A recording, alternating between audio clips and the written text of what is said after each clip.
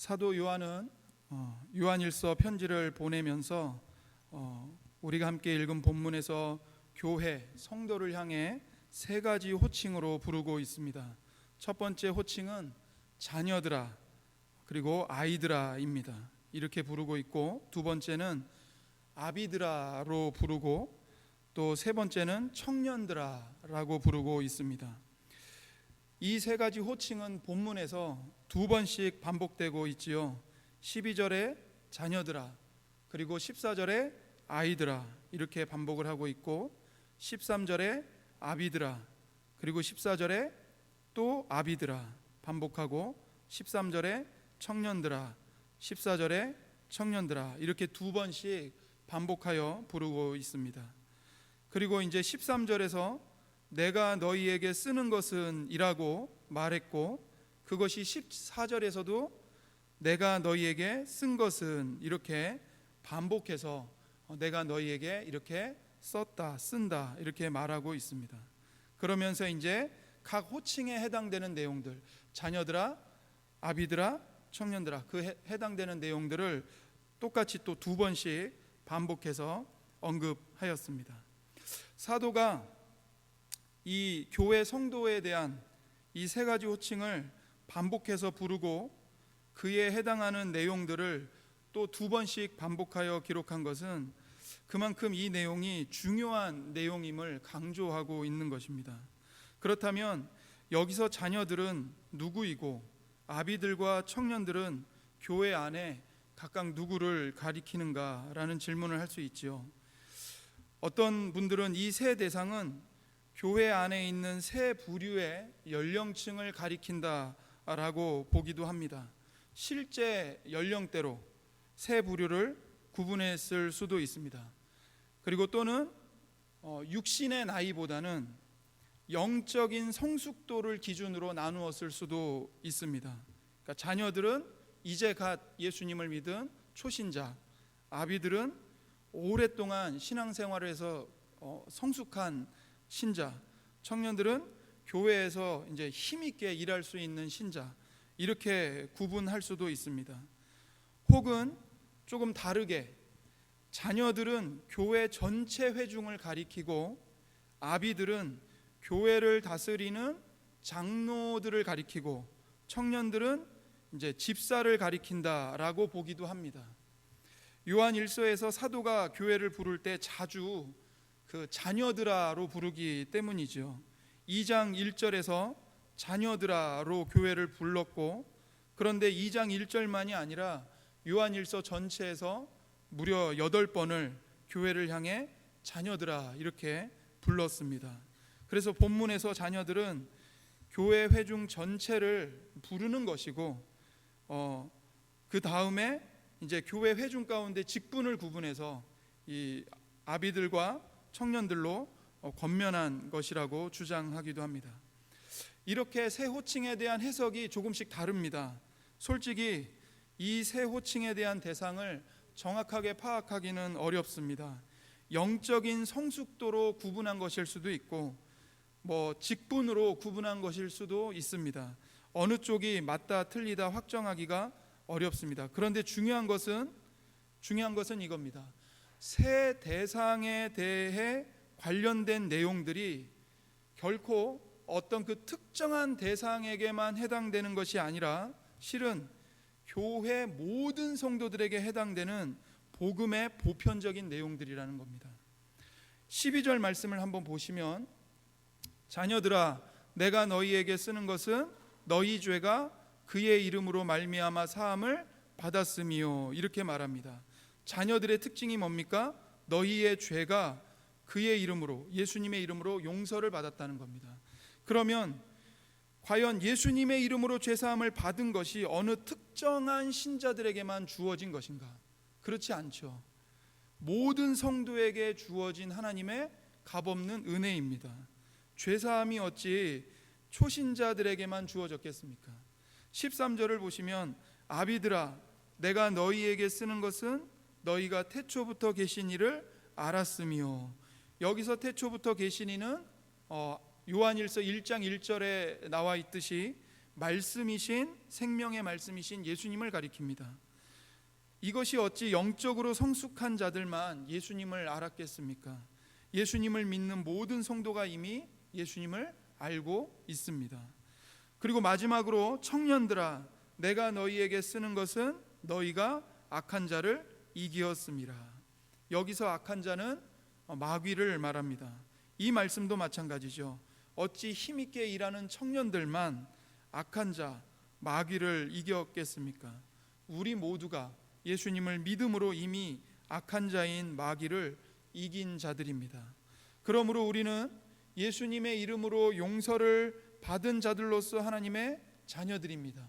동시에 우리는 태초부터 계신 예수님을 알고 있기 때문에 또한 아비들입니다. 그리고 우리는 예수님을 믿음으로 악한 자 마귀를 이겼기 때문에 청년들입니다. 만약 사도가 영적인 성숙도로 대상을 구분하여 권면했다 할지라도 우리 모두가 자녀에서 청년으로 아비로 성장해 가야 하기 때문에 결국 이 말씀은 우리 모두에게 주어진 것이고 적용되는 말씀인 것이지요. 사도는 이제 본문에서 12절의 말씀으로 우리가 예수님을 믿는 우리가 예수 그리스도로 말미암아 모든 죄가 용서받았다는 것을 알아야 한다고 말합니다. 12절을 다시 한번 보겠습니다.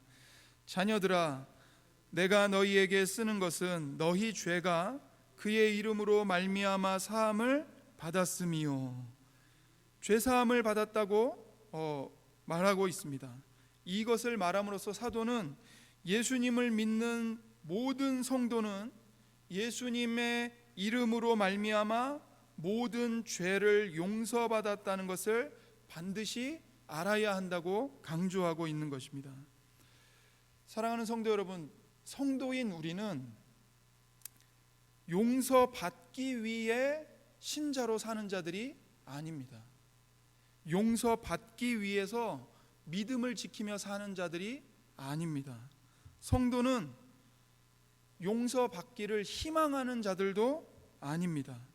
성도는 하나님의 용서를 확신하지 못하는 자가 아닙니다. 내 노력과 성실함으로 공로를 쌓아서 하나님의 용서를 얻어내려고 하는 자들이 결코 아닙니다. 성도는 바로 죄가 이미 용서받았다는 것을 알고 있는 자들입니다. 죄 용서에 대한 확신, 이것이 모든 성도들의 출발점이고 근본입니다. 이게 없이는 성도가 될 수 없습니다. 어떤 분들은 내 죄가 이렇게 큰데 어떻게 감히 내가 용서받았다고 말할 수 있습니까? 이렇게 말씀하시는 분들이 계십니다. 그저 하나님이 용서해 주시기만을 바랄 뿐이죠. 이렇게 말하는 분들이 계십니다. 또 어떤 분들은 내가 구원받았다는 것을 지금 어떻게 압니까? 죽어봐야 알죠. 이렇게 말하는 분들도 계십니다. 그러나 성경은 그렇지 않다고 말씀합니다. 본문은 예수님을 믿는 너희들의 죄가 사함을, 용서를 이미 받았다고 말씀합니다. 12절을 한번 다시 한번 보겠습니다. 자녀들아 내가 너희에게 쓰는 것은 너희 죄가 그의 이름으로 말미암아 사함을 받았음이요라고 말합니다. 완료형입니다. 완료형은 이미 과거에 동작이 끝난 겁니다. 완성된 겁니다. 성도는 이미 하나님의 용서를 받았습니다. 받을 것이다가 아닙니다. 받을 수도 있다가 아닙니다. 받을지도 모른다가 아닙니다. 이미 용서를 받았다입니다. 죽어봐야 아는 것이 아닙니다. 여기서 저와 여러분이 예수님을 믿는다면 그 믿음으로 우리는 여기서 지금 하나님의 용서와 구원을 확신하고 살아갈 수 있습니다. 성경이 이렇게 분명하게 말씀하는데도 불구하고 너무나도 안타깝게 오늘날 교회 안에 은밀하게 들어와서 복음을 왜곡하는 자들이 있습니다. 그들은 이렇게 주장합니다. 당신이 예수님을 믿으면 교회의 회원으로 들어올 수는 있다. 세례받고 믿음을 고백하면 교회의 회원이 될 수 있다. 그러나 구원이 보장되는 것은 아니다. 죽어서 당신이 마지막 하나님 심판대 앞에 서봐야 한다. 그래서 마지막 심판대 앞에 서서 당신이 이 땅에서 신자로, 성도로 온전한 삶을 살았는지를 가지고 하나님이 심판하시고 결정하신다. 이렇게 말하는 자들이 있습니다. 성도 여러분, 이게 맞습니까? 틀립니까? 감사합니다, 장로님. 네. 제 말의 뉘앙스로 틀리죠. 뉘앙스로 틀린 게 아니라 성경에 비추어서 이건 복음이 아닙니다. 그들은 믿음도 말하고 은혜도 말해요. 그런데 그들의 주장을 자세히 들어가 보면 결국은 구원의 근거가 무엇인가? 하나님의 은혜도 아니고 하나님이 선물로 주시는 믿음도 아닙니다. 결국 신자의 행위입니다. 내가 예수님을 믿는 건 교회의 회원으로 들어가는 그 티켓일 뿐이고, 교회에 들어온 다음에 이제는 이 땅에서 내가 신자로서 온전한 삶을 살아야 된다. 그러지 못하면 여기서는 교회 회원이 됐지만 저 마지막 날 하나님의 심판대 앞에서는 어떻게 된다고요? 너 아웃. 이렇게 돼버린다는 겁니다. 그러면 남는 게 뭐가 남아요? 은혜와 믿음으로 아무리 포장지를 싸도 그 속에 실체는 뭡니까? 나의 행위입니다. 나의 행위. 결국엔 거기에는, 그들의 주장에는 하나님의 은혜가 들어설 자리도 없고 성경이 말하는 오직 믿음이라는 복음의 중요한 교리가 들어설 자리도 없습니다. 뿐만 아니라 죄인인 우리를 구원해 주시는 하나님의 영광을 하나님께 온전히 돌려드리지 않고 누가 가져가게 됩니까? 내가 취하게 되는 겁니다. 마지막 날 심판대 앞에서 하나님이 나를 보시고 내 삶을 보고 너 천국 인정해 주셨어요. 그러면 그 영광이, 그 나를 구원해 주신 영광을 하나님께서 받으시겠습니까? 내가 받겠습니까? 내가 받는 겁니다. 왜요? 내가 잘해서, 내가 선을 행해서, 내가 말씀을 잘 지켰기 때문에 내가 구원받았다. 남는 건 나의 자랑밖에 없습니다. 그들은 성경이 교훈하는 구원의 확신 교리를 부인합니다. 더 나아가서 성도의 견인 교리도 부정해버립니다. 성령께서 우리를 끝까지 보존하시고 인도하시고 인내하게 하신다, 그렇게 가르치지 않고 결국엔 뭡니까? 너 하기 달렸다, 너 하기 달렸다, 이겁니다. 그러나 성경은 예수님을 믿는 저와 여러분은 이미 죄를 용서받았고 하나님의 은혜로 용서를 확신할 수 있다고 말씀하고 있습니다. 여기서 더 중요한 것은 하나님께서 나의 모든 죄를 용서해 주셨다는 확신의 근거가 무엇인지를 우리에게 가르쳐주고 있는 것입니다. 이게 매우 중요합니다. 복음을 왜곡하는 자들은 아무리 은혜와 믿음을 얘기해도 그 구원의 근거가 뭐냐면 자기 행위입니다. 그러나 성경은 본문에서 우리가 용서받은 근거가 무엇으로 말하고 있는지를 우리가 살펴봐야 합니다. 12절을 다시 한번 보겠습니다. 자녀들아, 내가 너희에게 쓰는 것은 너희 죄가 그의 이름으로 말미암아 사함을 받았음이요, 이렇게 말합니다. 우리가 모든 죄를 이미 용서받았습니다. 그 근거가 뭡니까? 그의 이름으로 말미암아입니다. 예수님의 이름으로 말미암아 우리는 모든 죄를 용서를 받았습니다. 바로 이 말씀 안에 기독교 복음에 관한 가장 근본이 되는 내용이 담겨 있습니다. 예수 그리스도야말로 기독교의 모든 것입니다. 말 그대로 기독교입니다. 그리스도교입니다. 예수님이 빠지면 아무것도 아닙니다. 예수님이야말로 죄 용서에 대한 확신을 제공해 주시는 가장 근본이 되시는 분이십니다. 우리는 우리 자신에게 질문해야 합니다. 나는 나의 죄가 사함을 받았다고 믿는가? 용서받았다고 믿는가? 만일 믿는다면 무엇을 근거로 믿는 것인가? 이 질문에 우리는 답을 할 수 있어야 합니다. 우리는 무엇을 근거로 죄 용서를 받았습니까? 과거나 혹은 현재에 내가 행하고 있는 혹은 행했던 선행을 보시고 용서하셨나요? 아니면 지금은 내가 모자란 죄인인데 앞으로 미래에 내가 착하게 살 가능성을 보시고 용서해 주신 것입니까? 아닙니다.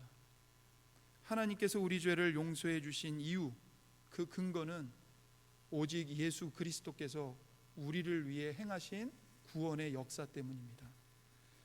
요한은 이미 2장 1절과 2절에서 이 중요한 말씀을 이야기했었습니다.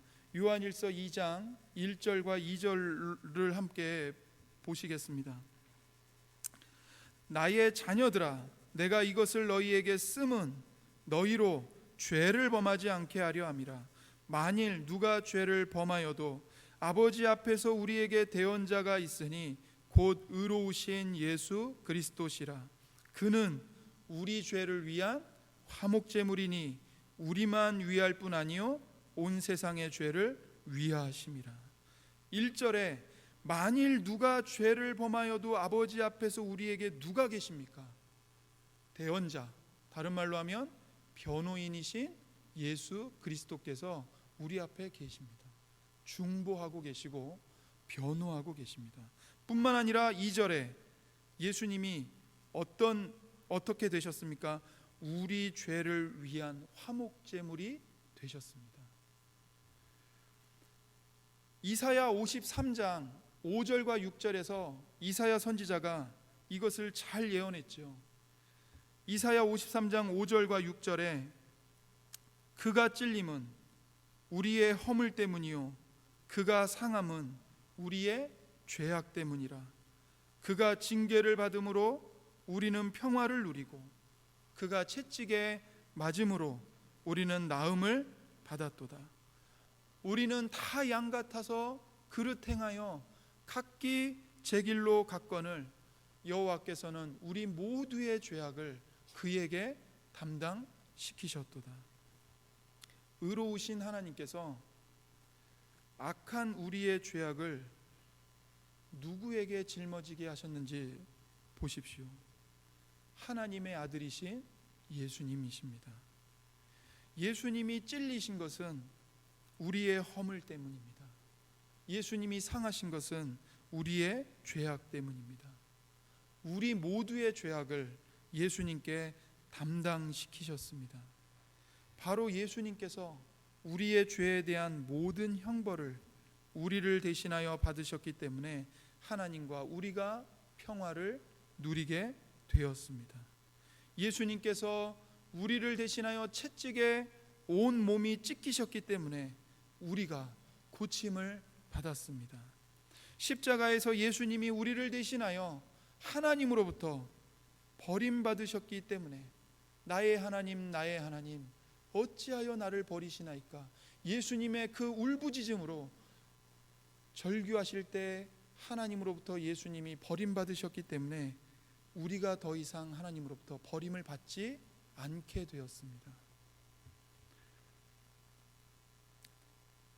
요한일서 1장 9절을 한번 보겠습니다.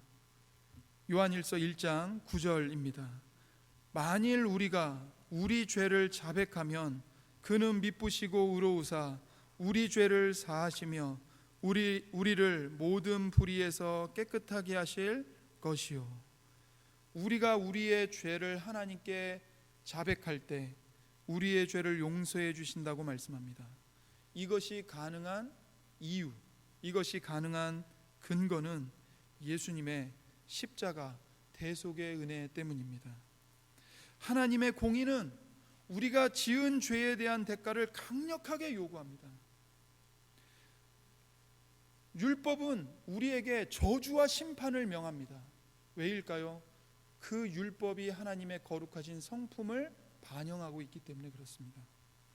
그런데 예수님께서 우리의 죄에 대한 형벌을 하나도 남기지 않고 다 받으셨고, 또 우리가 온전히 이루어야 할 순종, 율법의 의를 예수님이 대신 완전하게 이루셨기 때문에 우리가 우리의 죄를 자백할 때 우리는 예수님의 이름으로 말미암아 모든 죄를 용서받게 되는 것입니다. 더 나아가서 용서를 이미 받은 것입니다. 그래서 사도들은 이 예수님의 이름으로 죄사함을 받는다는 복음을 전파하기를 그렇게 힘썼던 겁니다. 사도들이 그 유대인들로부터 그리고 이방인들로부터 그토록 핍박을 받았던 이유가 뭡니까? 사도행전에 보면 그들이 그토록 핍박을 받았던 이유는 예수 그리스도의 이름을 선포했기 때문입니다. 사도행전 그 4장에 유대 공회 장로들이 사도들을 잡아다가 협박을 하잖아요. 예수 그리스도의 이름으로 말미암는 죄사함을 말하지 말라고 말하잖아요. 그런데 그럼에도 불구하고 사도들이 목숨을 걸고 예수 그리스도의 이름으로 죄 용서를 받는다라는 복음을 전했던 것은 이것이 복음의 핵심이고, 이것이 예수님이 십자가에서 죽으심으로 말미암아 이루신 구원의 핵심이기 때문에 그렇습니다. 이게 무너지면 다 무너지는 겁니다. 이게 무너지면 어느 누구도 신자가 될 수 없고 성도가 될 수 없기 때문입니다. 그래서 사도행전 10장 43절에서도 그에 대하여 모든 선지자도 증언하되 그를 믿는 사람들이 다 그의 이름을 힘입어 죄사함을 받는다 하였느니라, 이렇게 말합니다. 예수님의 이름을 힘입어 죄사함을 받습니다. 이것이 사도들이 전한 복음이요, 성경이 우리에게 선포하고 있고 전해주고 있는 복음입니다. 그러므로 만약 예수님을 믿는 우리가 아직도 하나님의 용서를 확신하지 못하고 있다면 그것은 하나님의 신실하심을 신뢰하지 않고 있는 죄입니다. 아유, 나의 죄가 너무나 커서 하나님께서 내 죄를 용서해 주셨다는 것을 나는 못 믿겠습니다. 나는 여전히 죄를 범하고 있는데 나 같은 죄인이 어떻게 감히 하나님으로부터 용서를 받았다고 말할 수 있단 말입니까? 이것은 어떤 측면에서 보면 겸손이 아닙니다. 이것은 교만의 다른 얼굴입니다. 여전히 예수님보다 자기 자신을 의지하고 있는 것입니다. 여전히 예수님께서 베푸신 십자가의 은혜보다 자기의 죄를 더 크게, 더 무겁게 바라보고 있는 것입니다. 제가 20살 때 예수님을 믿고 나서 한 10년간을 괴로웠고 해결되지 않는 문제가 죄의 문제였습니다. 분명히 예수님을 믿으면 죄사함을 받았다고 얘기하는데 왜 나는 죄를 이기지 못하는가? 왜 나는 아직도 이렇게 죄를 범하면서 살아가는가? 왜 난 여전히 게으르고 나태하고 기도하는 것보다, 말씀 묵상하는 것보다 다른 걸 하는 게 더 좋고, 선을 행하는 것보다 내 자신이 드러나는 게 더 좋고, 나는 왜 그런가? 끊임없이 고민을 하고 괴로워했습니다. 그때 제가 했던 말이 뭐냐면, 저는 성화의 교리를 저는 못 받아들이겠습니다. 이거였습니다. 정말 제가 성화되는지 저는 모르겠습니다. 확신을 할 수가 없습니다. 그때 어떤 목사님이 저한테 말씀해 주셨습니다. 이 십자가의 복음을 다시 한번 들려주시면서, 상윤아, 너는 아직도 예수님보다 네 자신의 관점에서 모든 걸 보고 있구나, 이렇게 말씀해 주셨습니다. 하나님께서 너를 구원하셨고 너를 의인이라고 칭해 주셨고 하나님이 너를 성화시키고 계신다고 성경에 말씀하셨으면 그게 맞는 거야. 네가 네 자신을 봤을 때 성화되지 않는 것 같고 조금도 나아지지 않는 것 같아도, 아니 하나님이 성경에서 너를 구원했고 너를 성화시켜 가신다고 약속하고 말씀하고 계시는데 왜 너는 자꾸 하나님의 말씀보다 네 경험을 얘기하고 있냐? 그게 저에게 큰 답이 되었습니다. 그리고 어느 누구 청년이 저한테 와서 그렇게 고민을 털어놓았을 때 똑같이 답해줬습니다. 네 생각, 네 경험이 우선이 아니다. 성경을 봐라. 우리가 예수님을 믿으면 하나님께서는 우리를 의인이라고 칭해 주신다고 약속해 주셨고, 천국에 갈 때까지 우리는 여전히 연약하고 죄인이고 넘어지지만 성령께서 우리를 떠나지 않고 끝까지 붙드셔서 실패한 우리를 끝까지 보존하시고 인도해 가시겠다고 약속하셨다. 하나님이 약속하셨으면 우리는 그 말에 그냥 아멘하면 돼. 이렇게 얘기를 해줬습니다. 이게 정답입니다, 여러분. 정답이 아니라 이게 성경이 말하는 복음 교리입니다. 이것을 우리가 믿음으로 받아들여야 하는 것이죠. 아직도 자기 자신을 의지하고 있기 때문에 십자가 위에서 우리의 죄악을 위해 완전하게 이루신 예수님의 죽으심과 부활을 온전히 의지하지 않는 것입니다. 부활하신 예수님은 지금도 살아계셔서 우리를 위하여 하늘에서 중보하고 계십니다. 우리를 변호하고 계십니다.